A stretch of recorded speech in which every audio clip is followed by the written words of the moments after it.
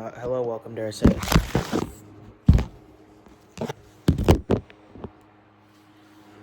Hello, welcome to our set. It's good to have you. I'm tired. It's 3:30 a.m. Spent about an hour recording the last. Oh my!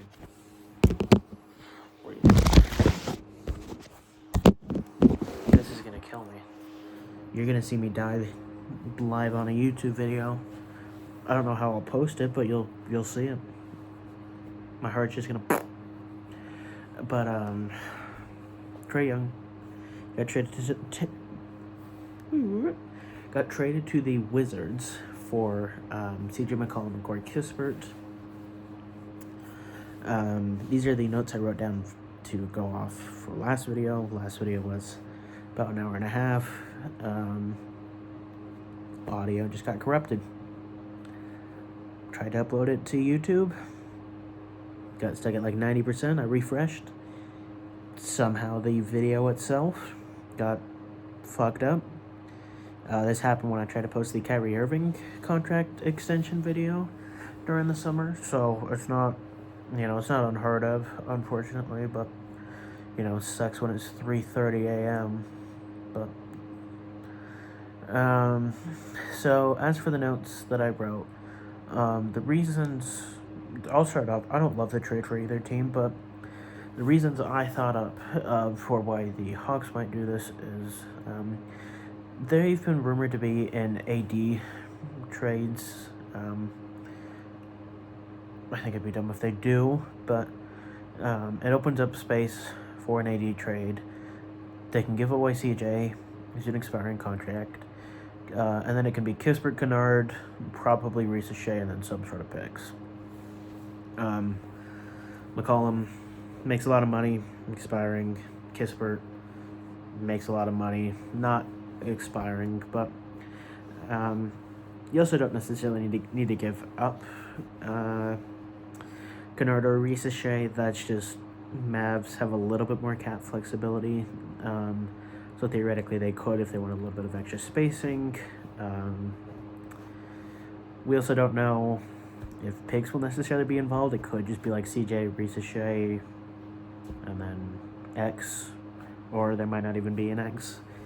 But we don't really know. It is rumored by, or I guess it is reported by some pretty valid sources, like some trustworthy sources, that the Atlanta Hawks are one of two suitors for Anthony Davis. We're not really sure who the other one is, but the Atlanta Hawks are the biggest ones. I just pray the other one is not the Jazz. But, yeah, accident. Look at Babushka. I listened to Babushka Boy by A$AP Rocky earlier today. Is that Rocky? Is that Ferg? It doesn't matter. But, gives them some space for that trade. We've also seen their GM use the term optionality a lot. It's a word that's been around forever, but is optionality a word? I don't know. It's been a phrase that's been around forever. It was most prominently used with Sam Hinkie. And, assuming the term still kind of stays the same, it basically is just they don't want to be hamstrung to long-term contracts or long-term deals with big contracts. Trae Young is about to be on a big contract if you extend him. He can either decline his player option and be a UFA this year, or if he accepts his player option, then he can be a UFA next year. If he accepts his player option with the Wizards, I think it gives them bird rights next year. That's when it's a little iffy, hard to say, just because cap stuff changes year to year. It also kind of depends on if obviously if he's moved again, how long it takes for the trade to officially go through. So what probably would happen if he takes the player option is they'd likely retain his bird rights. It's not 100%, but it's as close to 100% as it could be.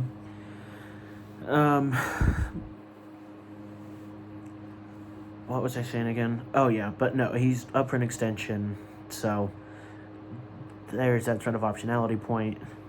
Then I went into bird rights. I mean, Wizards have $80 million in cap. They don't need it anyways, but what else? Gives them that optionality. Let's see.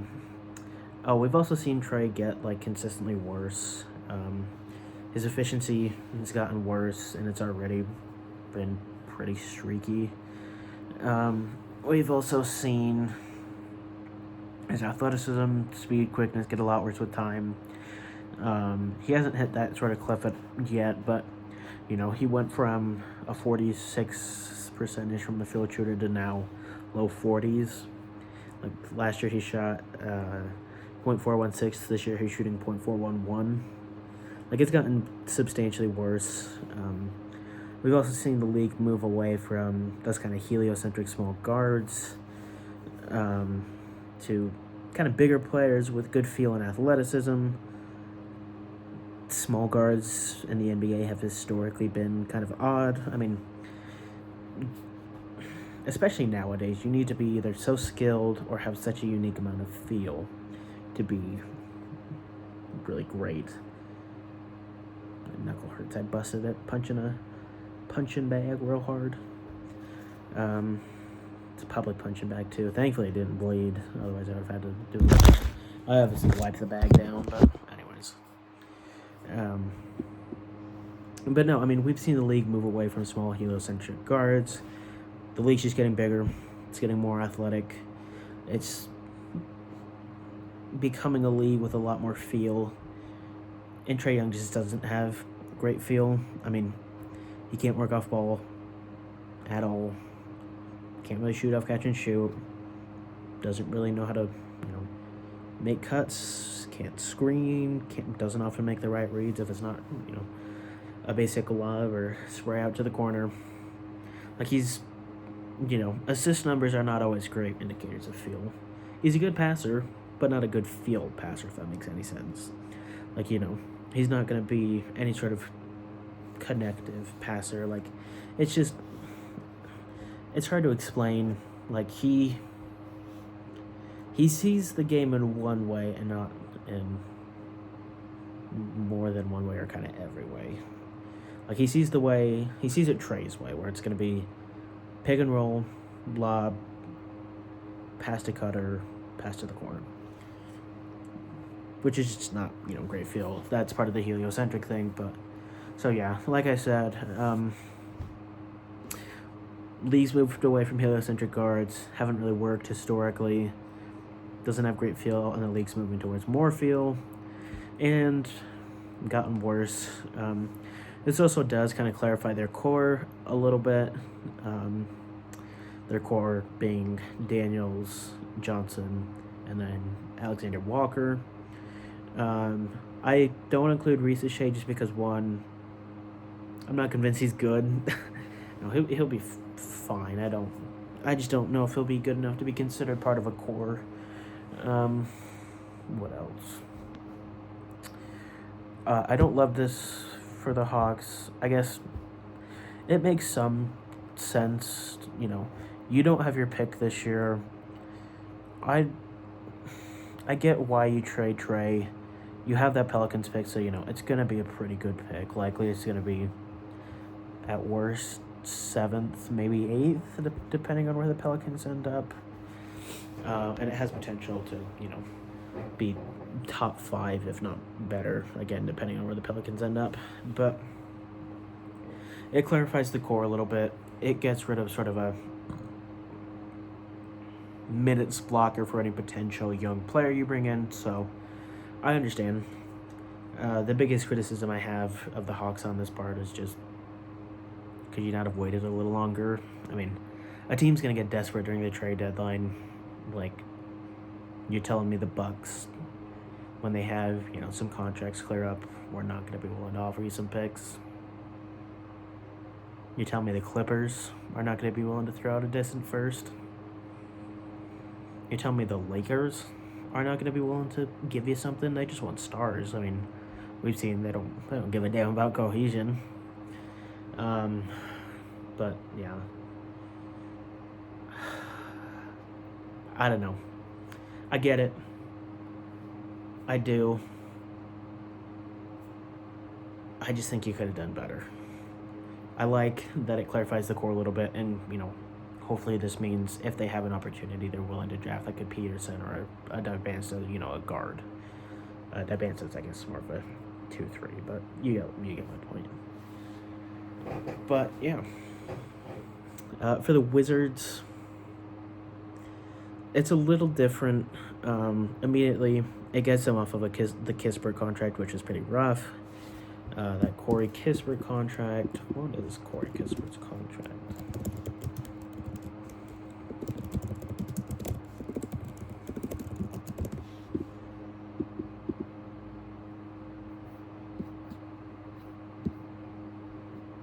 Okay, yeah, it's about $13 million, so it's substantial, and it goes until at least 2028, 2029, which is a team option. I mean, it's about 10% of the cap right now, so it's it's a lot. It's pretty substantial. But so they get off that deal. They get off the CJ deal, which was expiring anyways. So that doesn't really matter as much. I mean, if anything, there's an argument that it might be better to keep that contract, but they at the very least get off a big $13 million a year contract for a guy who's just not good. Like, Kispert just stinks. Like, he's at best like a fine bench shooter, which you can find for far cheaper than $13 million. I mean, you can find it in the with the 5th pick in the draft, an ace.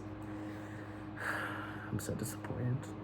Actually, I'm not disappointed. My expectations have been, if anything, a little bit exceeded with him, even though he's still been bad. Anyways, we're not talking about my team. Clear up a little bit of cap space with that. As for why they do it outside of just basic cap, Trae Young can sort of implement a real system into that team. I mean, they don't really have any sort of point guard. I mean, Bub, even if he should be a point guard, has kind of been a 2. He's also just not that great of a passer. CJ, though a better passer, is also a 2. I mean, you don't really have anybody to sort of play make. I mean, Trae's going to implement a traditional system.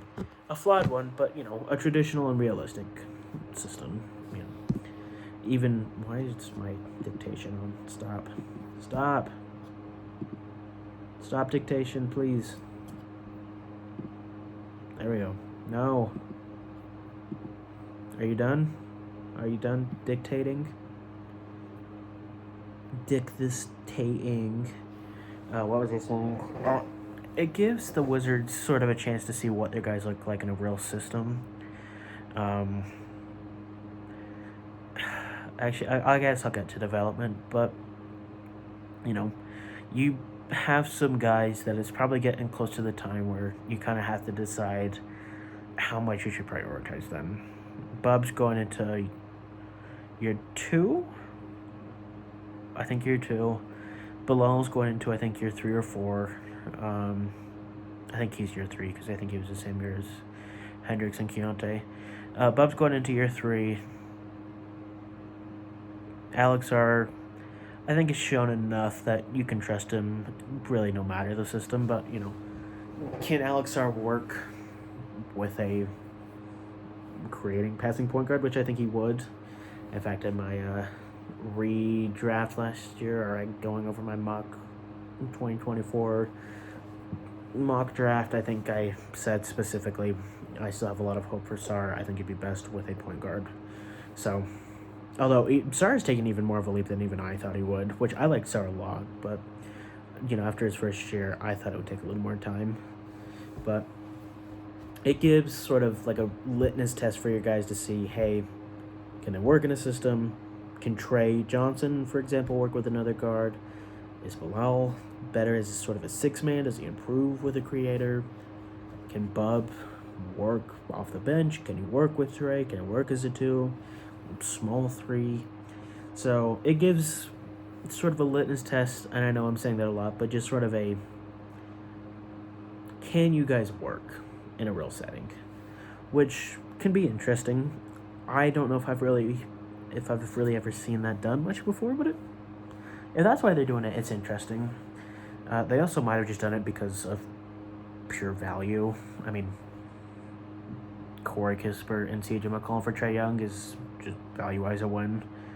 They might try and flip him again. That's a little bit harder because he's on such a big contract. But, there's, like I said with the Hawks, there might be some teams out there desperate during the deadline.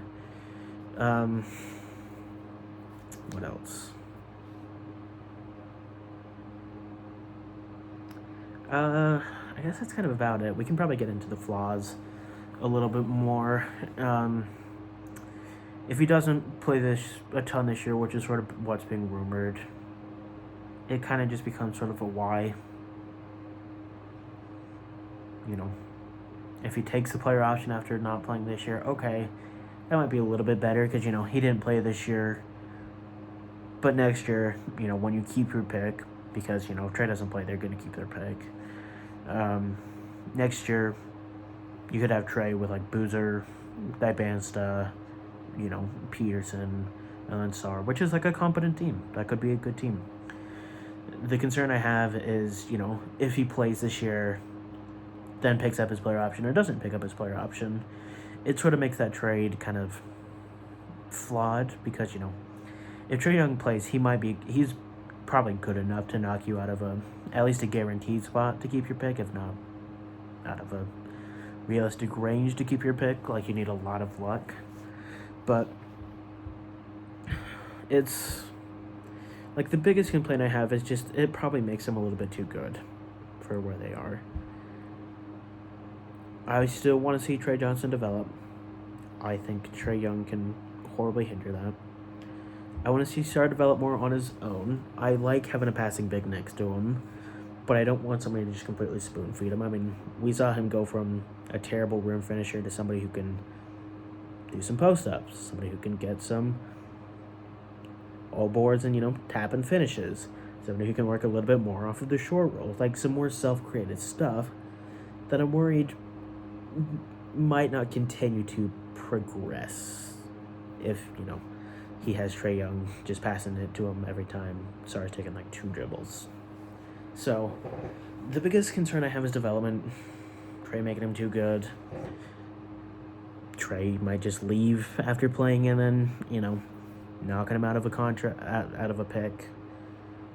If he doesn't play, then does play next year. Okay, that might work well. Value-wise, I get it. Litmus test-wise, it's interesting. I don't know if it'll work, but if that is why they're doing it, just to see what guys are like in a real system, then okay. I'm willing to hear it out. But if it's just, we're going to try and win this year, yeah, I don't understand it. So, just to recap, Hawks likely do it because of either AD trade, optionality, clarifies the core. Trade's also just gotten worse. Why the Wizards do it, cap, just pure win and value, potential litmus test for some of the guys on the team, and then if Trae doesn't play this year, then takes his contract and does it next year, okay. But then the criticisms are if he plays this year and doesn't take it, you probably lose your pick. If he doesn't play, or if he plays and does take it, you lose your pick, and then you're still stuck with a $45 million contract next year. So, ultimately it just sort of centers around, did the Hawks do this trade too early? And then, does this make the Wizards too good? So, we'll kind of wait and see, but love you guys.